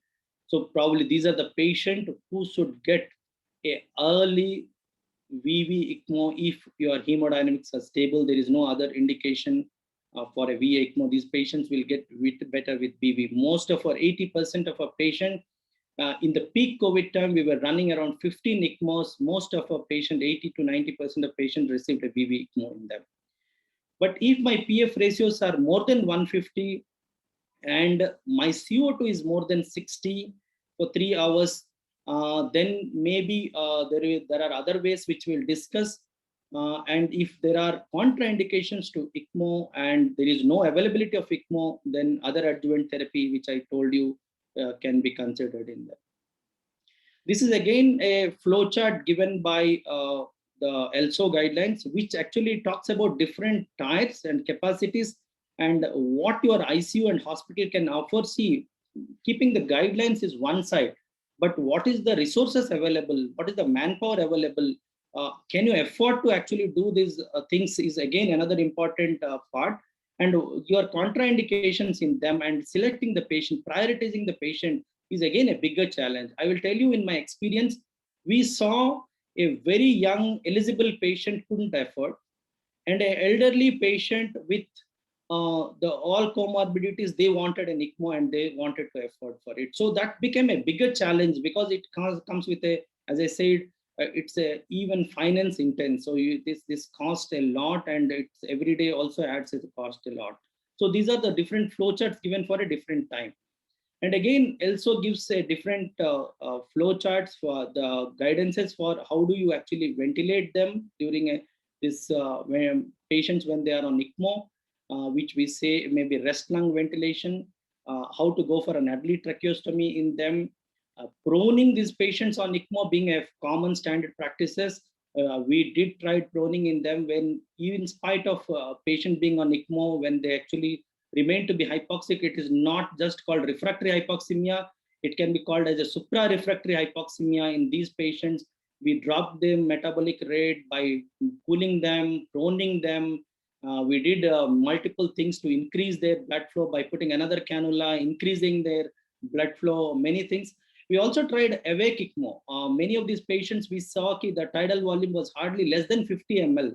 It was not just adding anything to their oxygenation. So we stopped the relaxants early within 24 hours, and we made them awake. We made them sit. We just discontinued the ventilation on a tracheostomy, just connecting a thermovent, and these people were ambulated out of the bed without a ventilator, only ECMO support. Coagulopathy was a challenge. Thrombocytopenias were concerns, and clogging of these circuits in COVID time and requiring the change of the circuits was also a challenge in few of them. In spite of being on heparin with a ACT of somewhere between 150 to 200, some of these patients had a clogging of these vessels. And cytokine removal, we know we are supporting one, but the multi-system involvement with the cytokine storm being another challenge for us, where we used all these kind of cytokine removal systems in between in them. Hemodynamic monitoring and co-infections in the form of bacterial, fungal being a big challenge, rehabilitating them. Mind you, if these patients go into critical illness polyneuromyopathy after a month or two without any activity, they will be not suitable for anything. And in spite of a month or two of on ECMO, if these lungs remain to be in the same stage, not having any scope of improvement, then the next step we did is trying to get some lung transplantation in them. And around we had around 15-16 lung transplant in our unit, and like ECMO, that lung transplant was beyond our scope initially, but we can see it's a reality, and 14-13 patients are live and walking around. So that's again a treat to watch in them. This is one of our patients where the oxygenation was somewhere managed, but the CO2 was climbing up to 80 to 90 to 100. And this patient also had some clogging of the vessels, clogging of even tracheobronchial trees and all, but he was oxygenating somewhere. So we tried this ECOR in him, where our all other alternative ECMO machines and all were busy. With this ECOR machine, we could actually salvage this patient, and this patient walked out of hospital. He was from another city, and this patient was flown to us on air ambulance. So we all know these indications of ECMO, when to start, as I discussed with you.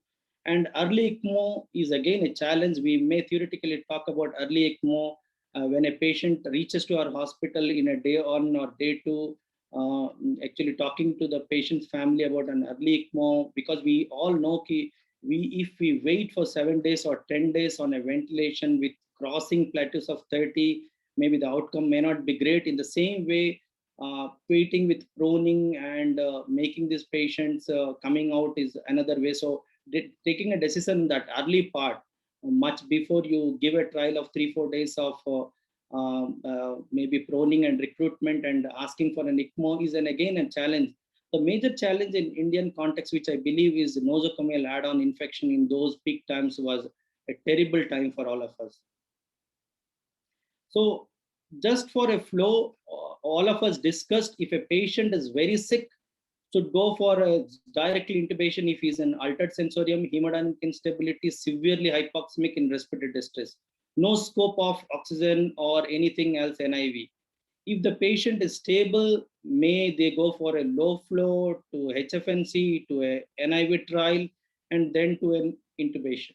So we all know how we actually manage the patient with standard protocols of 8 ml to 6 ml to adjusting PEEP and driving pressure and targeting plateaus. But if they do not, then neuromuscular blockade, higher PEEPs, not improving proning, alternative strategy of ventilation, maybe pulmonary vasodilators, not helping, maybe an ECMO.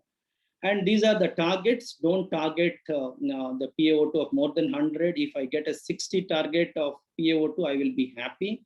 And probably a tidal volume somewhere between 4 to 8, pH also somewhere 7.3 to 7.4.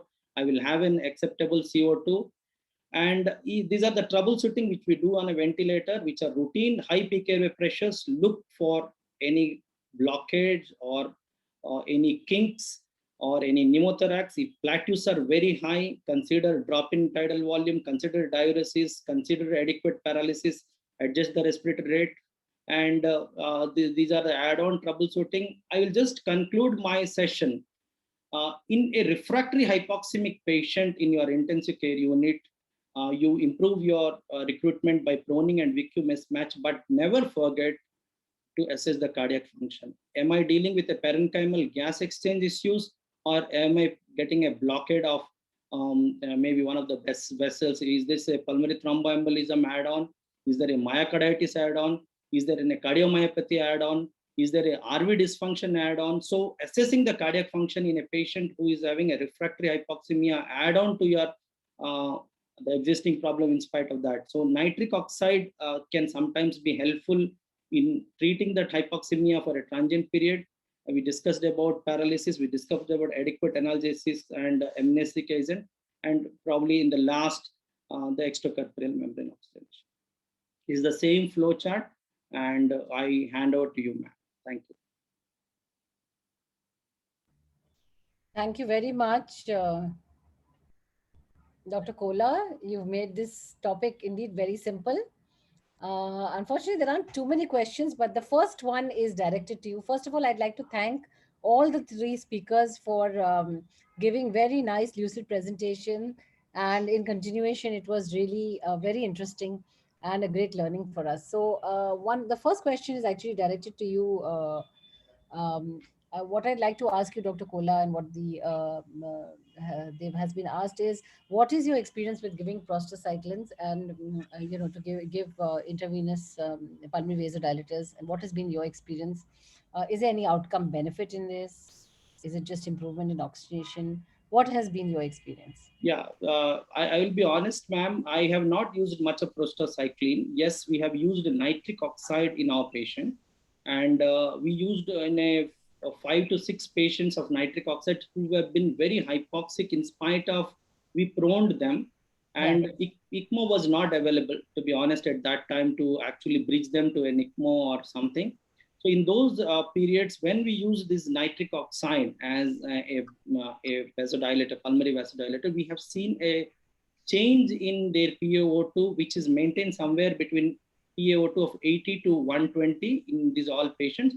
But this is again a transient.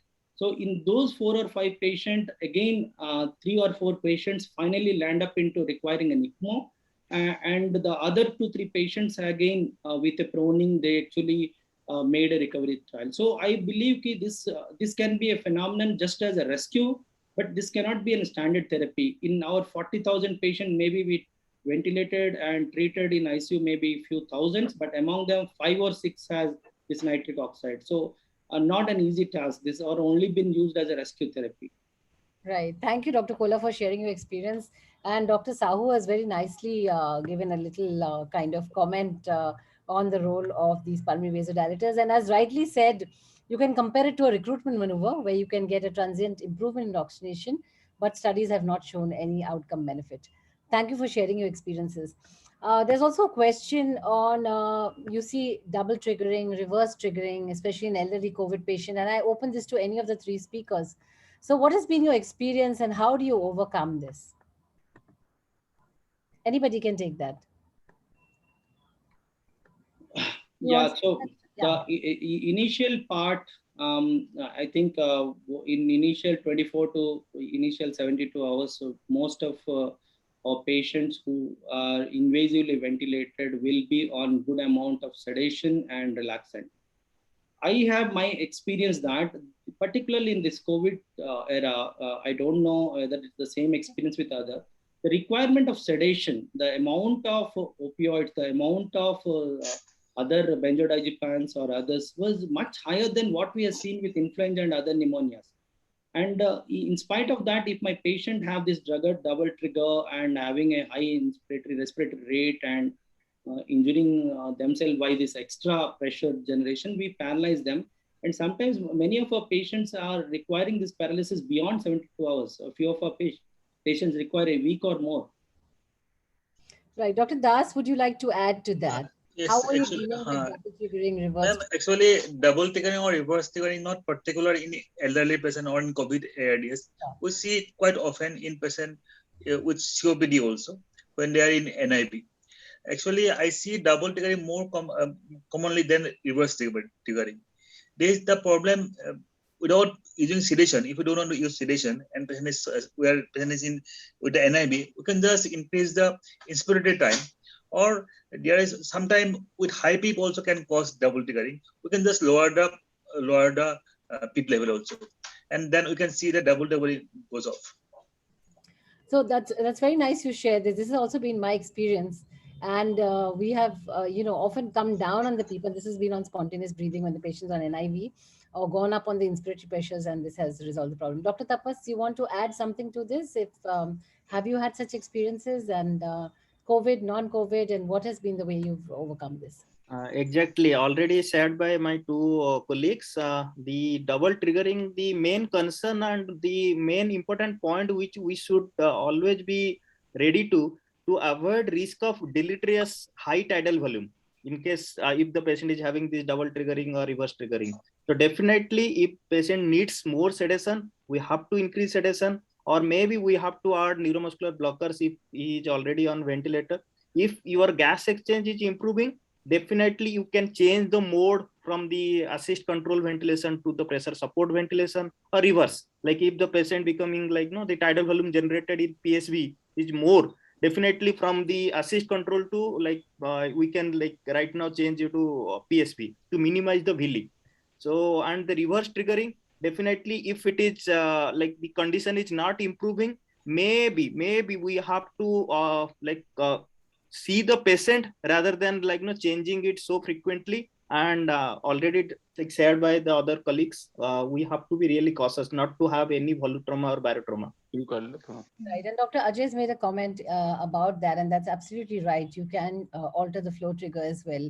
That's correct.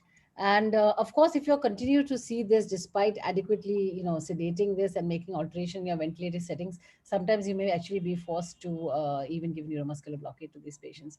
And we have seen this. I've seen more of double triggering, I would say, as you rightly said, Dr. Das. I've also experienced this in COVID patients, especially in those we've kept on non-invasive ventilation. I don't see any more questions, but I'll just, if you don't mind, I'll just ask you all just random questions. So my question to Dr. Sahu, and again related to the pathophysiology, one of the phenomena we were seeing, and I'm sure many of you must have experienced it, we were seeing a lot of pneumothorax, we were seeing a lot of pneumomediastinum. So why do you think we were seeing more of this in patients with COVID-19? Was it related to the disease, or was it related to the way we were ventilating them, or what was this? Yes, a very pertinent question, ma'am. And we have also witnessed many cases where we needed to put the chest drain in the COVID ICU itself with the patient is struggling and we are struggling with the ventilatory support with the limited manpower at 3 p.m., 7 p.m., 8 p.m. also I have put chest drain in the patients. So I think there is a multitude of factors resulting in the pneumothorax or pneumomediastinum. So one is the patient self-inflicted lung injury. Maybe we are putting the patient for a long time on the NIV, and the negative expiratory pressure what is right now having. The literature is saying if it is more than 9 ml per kilogram, maybe if you are having that, that will lead to definitely barotrauma. So that is one case. And if the lung is really bad and we are continuing with the high tidal volume and we are not able to titrate the tidal volume on the ventilator properly, that is again causing. And the primary lung pathology, if it is previously weak because of the COPD, previously patient was having COPD and now he had right now having COVID. So the lung is previously damaged and now COVID has added to a second hit. So maybe that is contributing to the pneumomediastinum or pneumothorax. And microcapillary leaks happen during this ventilation. We have already discussed about that.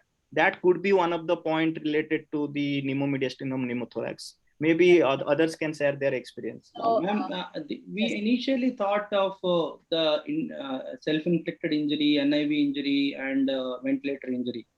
But to our surprise, we have seen spontaneous surgical emphysema, pneumomediastinum, pneumothorax in a patient who is at home, not even on oxygen.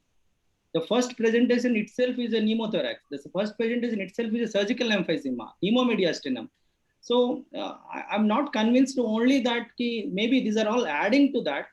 See, we have seen so many H1N1 patients, so many other ARDS pneumonia patients, but so not so many pneumomediastinum surgical emphysema. It has to do something with that, the lung stiffness. I have seen the transplanted lung in these patients. When we take out that old lung, it is rubbery hard. It is like a rubber ball. You actually punch it, it will be bounce back. So I don't know. It's pathophysiologically that lung gets so stiff that you leak from everywhere. But I have seen many cases of spontaneous leak before they come to the ventilation. I agree with you. Various mechanisms have been suggested. In fact, we do see pneumomediastinum pneumothorax, but more in intubated mechanically ventilated patients. We were seeing more during spontaneous breathing. And as you said, even without any form of ventilation. So perhaps this also related to the disease and the condition of the lung that's causing it, along with PCL, like Dr. Tapas has rightly said. My next question to you is to Dr. Das. So you made a very interesting point about PCL and this phenomena. And I agree with you, our understanding after the studies have evolved has changed from the initial pathophysiology of the L and H type that was proposed by Gattinoni based on a few cases. And subsequently, we've had a lot of studies and people have, so how would you alter your ventilation strategy? Okay, so I'm on non-invasive ventilation. My patient, and this could, any of you could take this. My patient is I'm on pressure support, PEEP, non-invasive ventilation. Patient is maintaining good saturation. His work of breathing has reduced, but the tidal volume that he's generating is about 9 or 10 ml per kg. Okay, but he is comfortable. So would you at this point want to intubate him because you're worried about lung injury? Or would you, he's doing fine, would you just continue to do this in wake of the, the evidence that's evolved about, the what we understand about COVID today? Ma'am, it's actually a difficult question. Though but you agree this is very much seen at the clinically. Yes, yes, very much seen. Lungs because and high volumes. Yes. And patients are having high tidal volume, but their pressures are not very high. Because we can measure only the airway pressures, the P-plate and all. But we cannot measure interpleural pressure. If we can measure interpleural pressure, the pressure, if a patient having tidal volume of say 700, 800, then there must be a swing of interpleural pressure more than 15. And when the esophageal is more pressure swing is more than 15, it becomes an indication for intubation. So I think so. Like if the patient, we cannot let patient to have a tidal volume of more than 700 or 800 for a long period. So if it doesn't settle down, then I think we should go for intubation. What is your view on this, Dr. Tapas? Again, very tricky question, ma'am. At the bedside, definitely we will wait for some time if the patient is having work of breathing has reduced and patient is comfortable and maintaining saturation, tidal volume is not that very high. But yes, very fine line.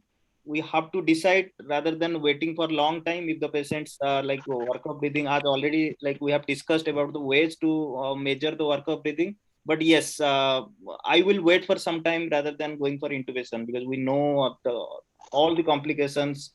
Again, it's not one size fits all, but yes, clinical decision at the Kola? bedside. I will actually not look at one factor, ma'am. I have seen many patients with 8 to 9 ml, 600 tidal volume generating, and many of these patients are of different phenotype, not just lung, but the patients are of different phenotypes. Some are very anxious, some are very agitated, some are very calm, quite cooperative, and as we said, different mechanisms to trigger our respiration.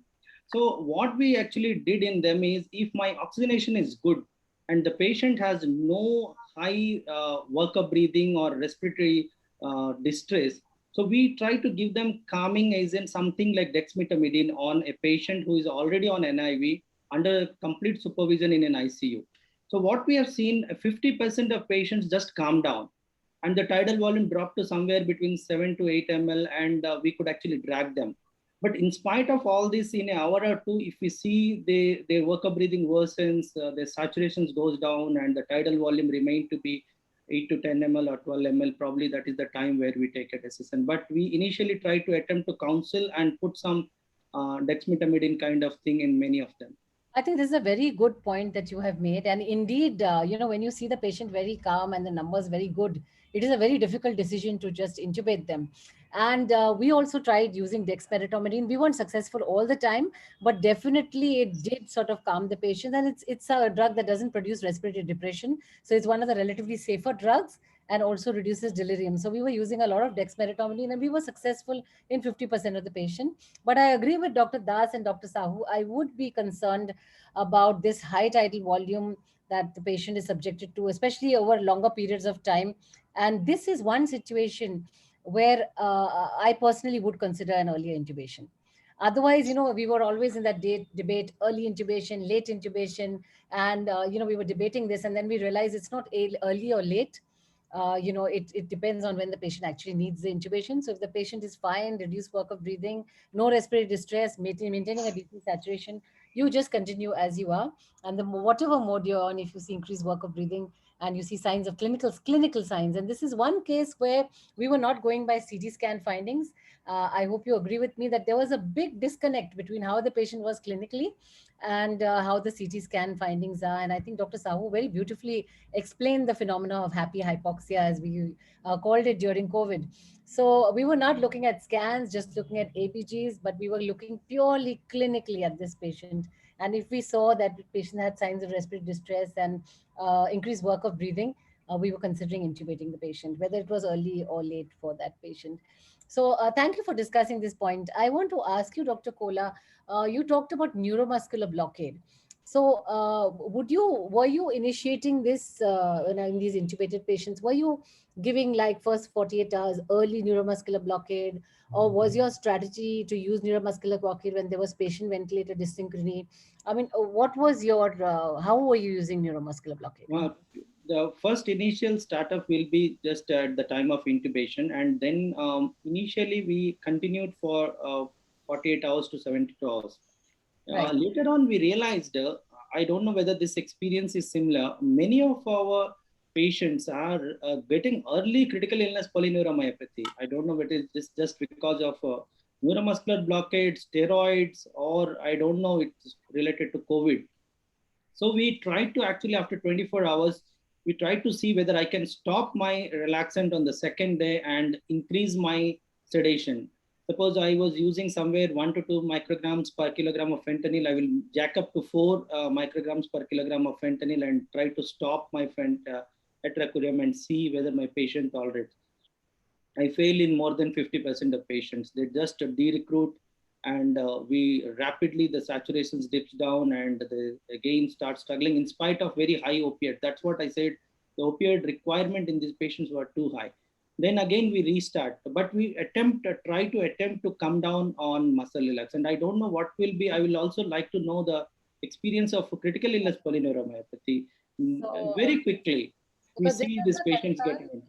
I think even steroids has a role to play, and the prolonged ventilation that we were giving, and of course difficult to ventilate, and often we needed to even use neuromuscular blockade beyond the first 48 hours. What was your experience, Dr. Sahu and Dr. Das, if you may tell me one after the other?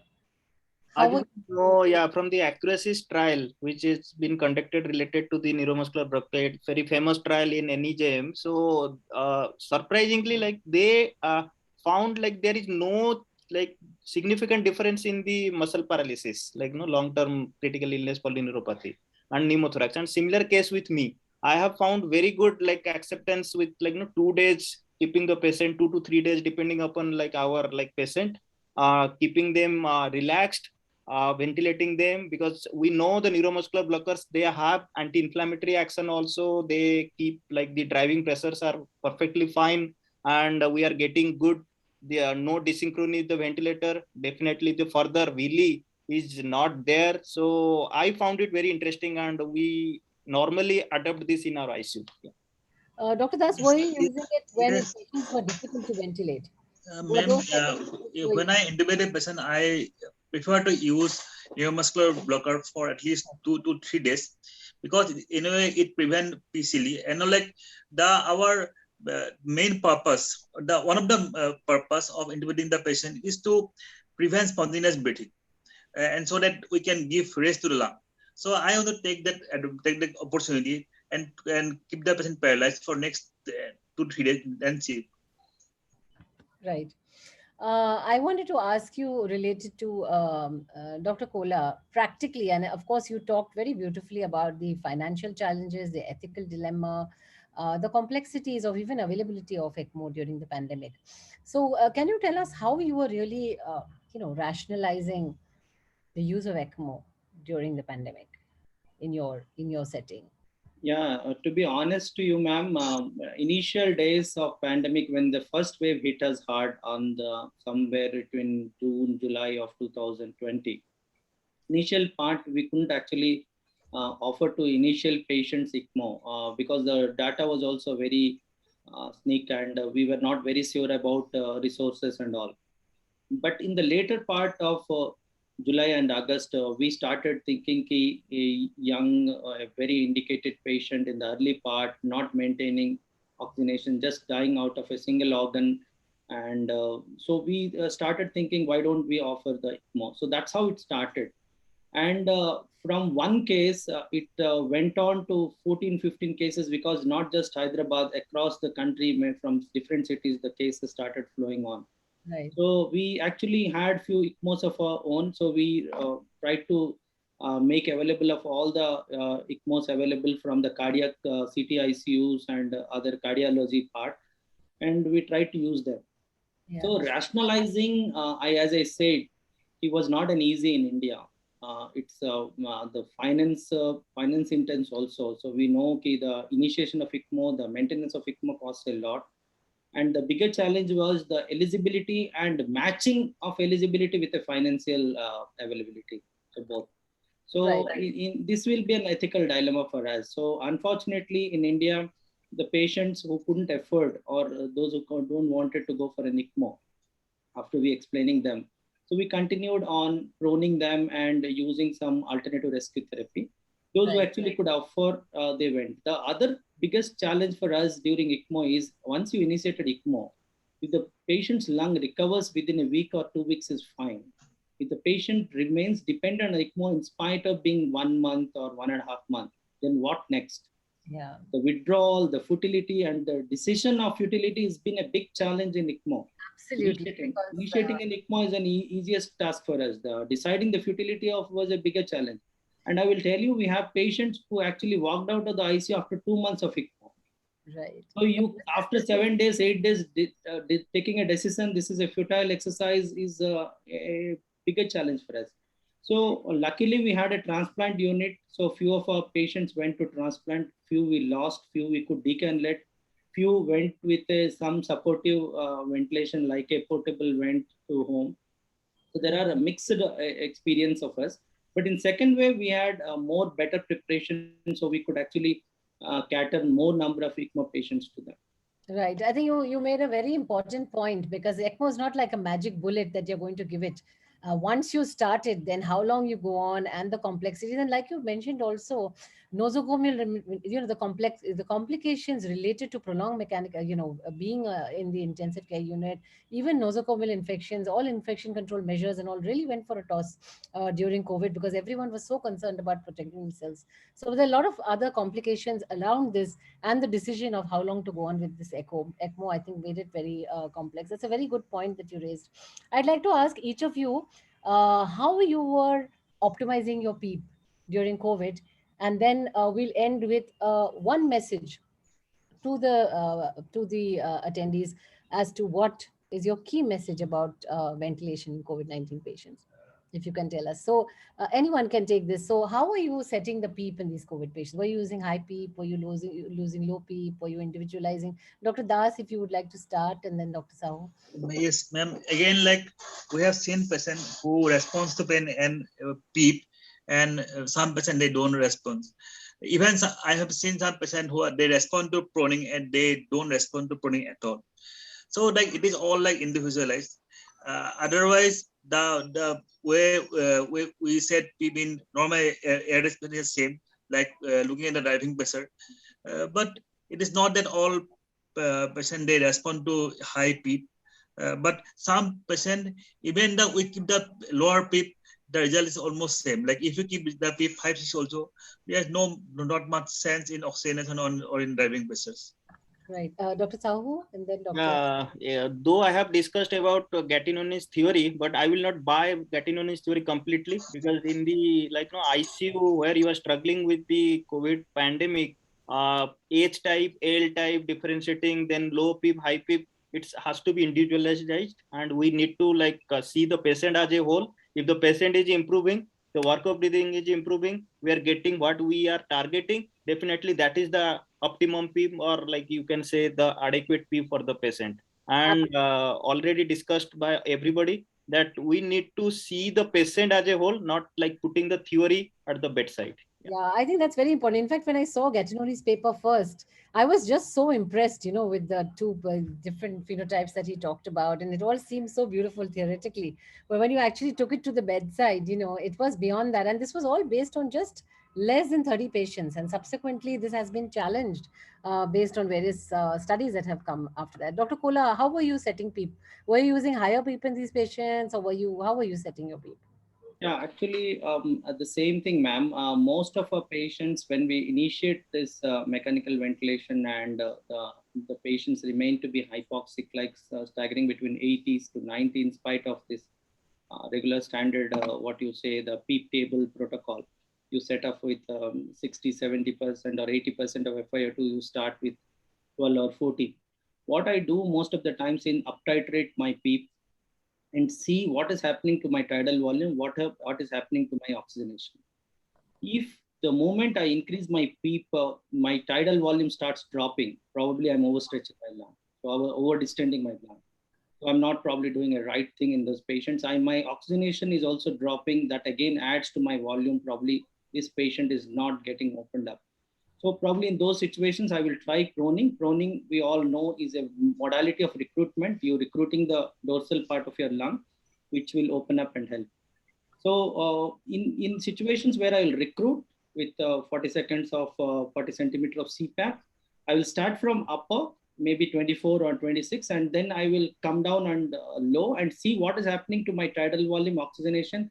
If I have an ultrasound, we have no much experience of comparing the recruitability with ultrasound, but these are the modalities which has been talked about. And some of the cases where we have correlated with even CT scan findings. As I told, some of our cases which has a unilateral involvement predominantly, we actually made them lateral than prone. That was interesting. Yeah. So these are the different things. Essentially, as I understand, it wasn't a standard P2F PEEP formula that you were using. It was individualized to the patients, and you were seeing in which PEEP, trying to keep the patient between over distension and, alveolar collapse. So you were trying to keep individualized for that patient. And I liked what you said, Dr. Kola, that it may not be possible to give ECMO to all, but at least your basic strategies of proning the patient when the P2F ratio is less than 150, neuromuscular blockade, and maybe giving pulmonary vasodilators, and these strategies and plus and minus ECMO in those in whom is feasible. And really sticking to the basics is what's helped us in COVID. So in the interest of time, I'd like to wind up, but I want to end with one message from each of you as to what is the one thing you want to say about either the pathophysiology or the ventilation or taking care of these COVID patients with acute respiratory failure that you have learned and you would want to share with the attendees. So I'll start with you, Dr. Tapas. Tell us, what would you like to give? What message? In one line, if I want to conclude, it's a mystery disease, definitely.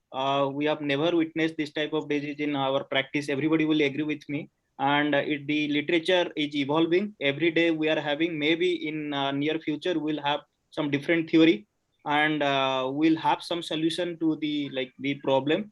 But till that time, we need to understand, we need to see the patient as a whole. And it's not like, from the bench to the bedside, we have to take our theory and to practice. That's an excellent point. We really haven't understood this disease. We're learning as we go, but we still have to treat our patients. So while waiting for the evidence to evolve, we still have to do what we can best at the bedside. Dr. Das. Ma'am, just I want to say, why we want to ensure oxygenation. We want to oxygenation to prevent tissue hypoxia. Oxygenation SpO2 is one part. Other two parts that we easily forget, that is hemoglobin concentration and cardiac output. It is not that if the hemoglobin is okay and cardiac output okay, you don't need to really target for a higher SpO2 like 95, 96, because oxygen requirement is only 250 ml per minute, and 500 ml per, it's quite okay. So usually we forget that hemoglobin part and cardiac output part. We only consider our SpO2 and oxygenation and ventilation. Right. Okay. Very good point. So you are saying that you should optimize your oxygenation and not just look at your numbers and your SpO2, but also look at your cardiac output and the hemoglobin, definitely, because not only the content, but also the delivery of oxygen. Dr. Kola, one last message for the attendees before we wind up. Yeah, ma'am. I believe, as everybody pointed out, we still are not sure of many things. So I still bet on basic, good standard critical care, individualizing these patients, clinical acumen of assessing a patient, monitoring them, and giving a good critical care will save many of our patients over many other things which we understood half-hearted. So that's great. So what you're saying is just stick to the basics, do what you're doing routinely, and as the evidence evolves, we will modify our practices. And we are still learning. I must say these were 3 very interesting talks, and they just went one after the other very seamlessly. Dr. Tapas gave an excellent overview of the pathophysiology and explained it so beautifully with graphics. And Dr. Das, you told us about both invasive and non-invasive ventilatory strategies. And Dr. Kola, you told us specifics about how to manage refractory hypoxia. Excellent presentation and very nice discussion. And I learned a lot from all 3 of you. Thank you very much. I hope this has been useful to the delegates. And thank you, Dr. Tiwari and Dr. Das and Dr. Basu for having me here. And thank you to all the speakers and the delegates for your time. Thank you all. Thank you. Thank you to all speakers from the team at Artemis. Thank you very much. Thank you. Good night. Good night. Good night.